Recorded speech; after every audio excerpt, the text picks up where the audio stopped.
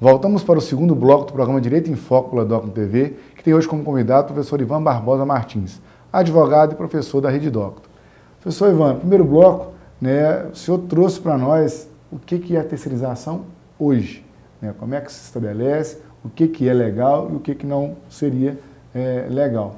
Com a nova proposta que está sendo discutida no Congresso, algumas mudanças, se ela for de alguma forma aprovada, vão acontecer. E é o que está causando essa série de discussões a respeito do assunto. O que muda com essa nova proposta a respeito da terceirização? Bom, primeiramente a proposta ela chega ao Congresso com a ideia de regulamentar uma situação que já existe de fato e que hoje é tratada apenas do ponto de vista jurisprudencial.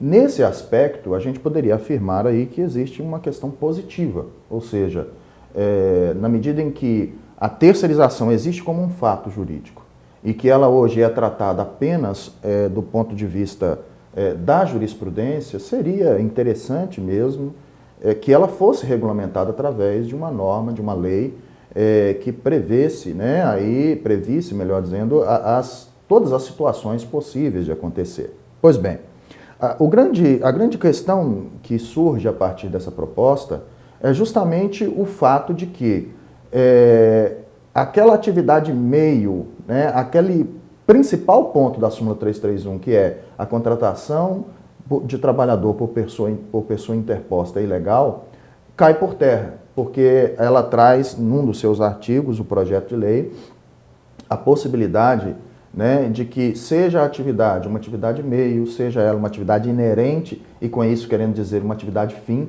poderia de qualquer maneira ser contratada. Então regula a questão, abandonando esse parâmetro, esse paradigma que foi fixado desde o início pela súmula 331 e abre a possibilidade para que qualquer tipo de atividade, seja ela uma atividade meio, seja ela uma atividade fim, possa realmente ser terceirizada. De sorte que, como o senhor disse no início, todos nós somos terceirizados em potencial. Terceirizados em potencial na medida em que qualquer que seja a atividade poderia ser estabelecida aí de forma terceirizada, desde que estivesse uma prestadora de serviços disposta a oferecer esses trabalhadores de forma específica para aquela atividade. E havendo essa aprovação, quais seriam os principais ou as principais garantias que esse trabalhador em potencial hoje pode ser terceirizado, o que ele poderia ficar prejudicado? Observando a discussão do momento. Eu penso assim, eu tenho visto muitas entrevistas e pessoas falando, uns defendendo, outros contra, mas uma questão importante da gente deixar claro, até para não dar um tom alarmista, vamos dizer assim, a nossa fala, é que os direitos trabalhistas, nenhum deles foram mudados. Todos aqueles que foram contratados de forma terceirizada continuam tendo direito ao FGTS, ao 13º, às férias, aos salários, à periodicidade desses salários, enfim, todos os direitos hoje que estão garantidos na legislação trabalhista. Uma questão importante de ressaltar é que quem paga esse salário não é a pessoa que está recebendo diretamente o serviço. Essa é justamente a lógica da terceirização. Quem vai me pagar esses direitos trabalhistas será a empresa prestadora de serviço, o terceiro intermediador dessa mão de obra, que vai receber uma remuneração do tomador, daquele que contratou o serviço, e vai me pagar uma parte disso que ele receber na forma da legislação. Então, os direitos continuam garantidos tais como eram. E qual que é a garantia adicional a isso? A garantia adicional é que, se eu tiver aí um problema com o prestador de serviço, e ele de repente não tiver condição de me pagar aqueles débitos trabalhistas que eles têm comigo, a empresa que recebeu o meu trabalho, que se aproveitou da minha força de trabalho, a empresa tomadora do serviço, a contratante do serviço, ela será responsável, subsidiária, por esse pagamento. Fato, subsidiária, é bom que a gente esclareça para não ficar aqui uma linguagem muito jurídica, subsidiária é o seguinte: se a empresa prestadora não tiver dinheiro, quem paga é a empresa tomadora.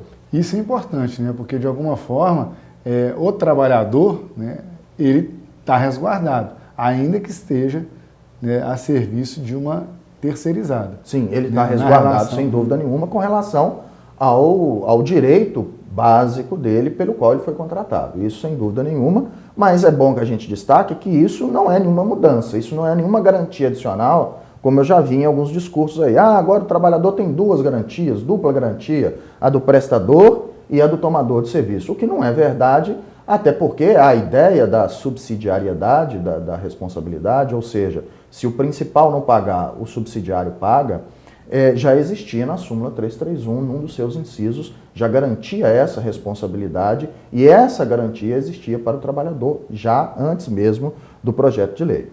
A diferença básica, então, é que na proposta que a gente tem hoje, né, que está em vigor, só a atividade meio. Só a atividade meio. Na proposta que está sendo votada, vai estar aberto para qualquer tipo de atividade. Para qualquer tipo de atividade, inclusive atividade fim. Então, imaginemos, vamos traduzir isso numa linguagem mais comum. Imagina uma empresa frigorífica, uma empresa que trabalha com produtos, carne, derivados e etc. Essa empresa tem lá um determinado número de empregados que vão ser responsáveis por separar essa carne, por processar essa carne, por embalar essa carne, atividades que é da essência da atividade frigorífica. Mas essa empresa, por exemplo, ela tem aí caminhões que vão fazer o transporte. Ela tem lá um vigia que precisa guardar o local da empresa. Ela tem lá uma frota de veículos, uma oficina que precisa fazer o reparo nesses carros. Pelo regramento antigo, como nós dissemos, o transporte, a oficina para os carros, tudo isso pode ser terceirizado porque não tem a ver com a atividade fim, que é o fornecimento de produtos frigoríficos. Agora, com a nova proposta, ela pode terceirizar toda a cadeia produtiva dela. E ela ficaria ali por conta só de gerir, talvez, a própria marca. Ou os contratos poderiam ser firmados de comercialização desses produtos. Mas o vendedor, a empresa que transporta, a empresa que faz a separação das carnes, a empresa que embala as carnes, cada etapa do setor produtivo poderia ser de forma específica terceirizada por uma outra empresa, de forma intermediada. Essa é a grande diferença que vai surgir aí. A gente percebe que a preocupação do cidadão, né, do trabalhador, é justamente com as garantias.